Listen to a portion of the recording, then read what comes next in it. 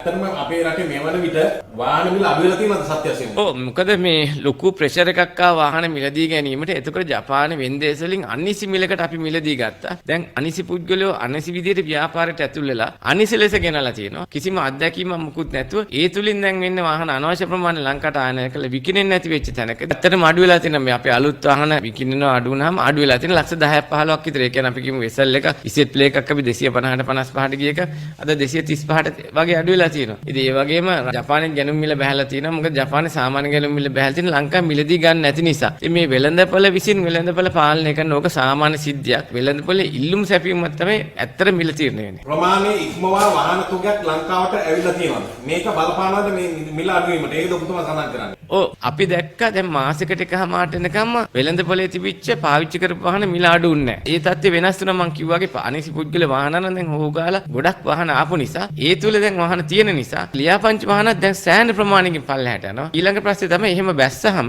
වාහනේ අලුත් කරගන්න නැත් වාහනේ විකුණන්න නැති තත්ත්වයක් තියෙනවා. එතකොට අර වාහන අලවිය පොඩ්ඩක් පල්ලෙහාට ගිහිල්ලා තිනවා. අර වාහනේ විකුණන වාහනයක් ගැනීම ඒ හැමදේම බලපාලා වාහන ගොඩක් දැන් පිරෙන්න ගන්නවා සේල් වල. ඒ තුල දැන් ගොඩක් පෙළමිලා තියෙන පාඩුවට වාහන විකුණන්නේ. බොහෝ වාහන යනවා දැන් නම්බර් ප්ලේට් එක නෑ කොල කෑලි ඉල්ලගෙන පාර යනවා. මම ඔය පිළිමද මොටර කොමසාරිස්තුමා ඇහුවාම දැන් ටෙන්ඩර් එකක් දීලා ප්‍රියා පරිපාටියට ගිහිල්ලා ඉක්මනටම දෙනවා කියලා කිව්වා. මම හිතන්නේ අපි යෝජනාවක් කරුවා. ඔකට හොඳම දේ තමයි මේ කොළඹෙන් නම් ප්ලේට් දෙන එක නෙමෙයි. ප්‍රාදේශීය මට්ටමින් නම් ප්ලේට් හදන්න පුළුවන්. මොකද දැන් මේ අපි පාස්පෝර්ට් එකට යදි මේ ස්ටුඩියෝ වලට දීලා තියෙන ඇක්සස් එක දීලා ෆොටෝ එකක් අරගෙන දාන්න. ඒ වගේ ප්‍රාදේශීය මට්ටමින් නිර්ණායකයන් මත දෙන්න පුළුවන් එක එක පළාත් වලට. ඉතින් එහෙම දෙනවා මේ පළාත මිනිස්සු දිනු වෙනවා. මේ එක්කෙනෙක්ට යන්න නැතුව මේ කෝටි ගණන් මම හිතන්නේ රජේ ඉස්සරහට හිතන්න ඕන වගේ දේවල්. මොකද ওই මැෂින් එකක් ලොකු ගානක් නැහැ. හැබැයි ඒකේ මුද්‍රාවේ මේ ආරක්ෂාව තමයි රජය දෙන්න ඕනේ. ඒ ටික කළා ඒ වගේ ලියාපදිංචි කළා නියමෙන් මත ඒ වගේ ප්‍රාදේශීය මට්ටමින් දෙන්න පුළුවන් නම් මේක ලංකාවේ පළාත් 24ක් මේ වගේ කලබල වෙන්නේ නැහැ. මම හිතන්නේ මේව තමයි ඉස්සරහට කෙරෙන ප්‍රාදේශීය මට්ටමට හැදෙන්න ඕනේ.